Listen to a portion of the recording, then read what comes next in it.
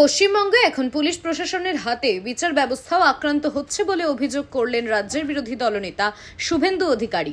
নিম্ন আদালতের বিচারকরা নিরাপদ নয়, এমনটাই দাবি তার। ডায়মন্ড হারবার জর্জ কোর্টের এক বিচারক প্রাণ নাশের হুমকি পেয়েছেন। বিষয়টি কলকাতা হাইকোর্টের নজরে আনছেন শুভেন্দু অধিকারী।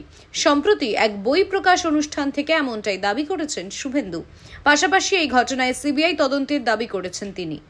আলো বন্ধ করে কালো পোশাক পরে ফলতার গুন্ডাদের ঢুকিয়ে জাহাঙ্গীর শামীমরা কি করেছে শুধু দেখুন। কোন রাজ্যে বসবাস করছি আমরা, কোন দেশে বসবাস করছি?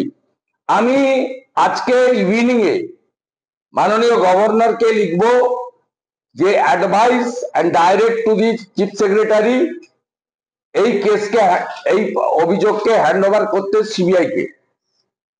যদি না করে সরকার, আগামী মানডে আমি পাবলিক ইন্টারেস্ট লিটিগেশন করব টু প্রোটেক্ট লোয়ার জুডিশিয়ারি এবং আমাদের জাজেস।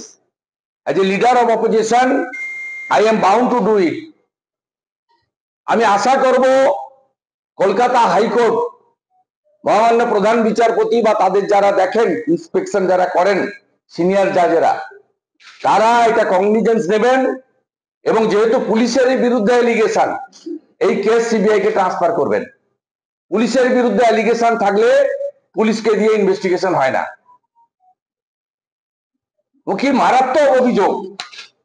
আমি এর কপিটা আপনাদের প্রত্যেককে সার্কুলেট করছি, দিচ্ছি, এবং এটা প্রমাণ করে যে পশ্চিমবাংলায় লোয়ার জুডিশিয়ারি যারা বিভিন্ন মহকুমাতে জেলাতে আছেন তাদেরকে কিভাবে প্যানিক করে রাখা হয়েছে। আপনারা দেখছেন ইউএন লাইভ, বাংলা খবরের শেষ কথা।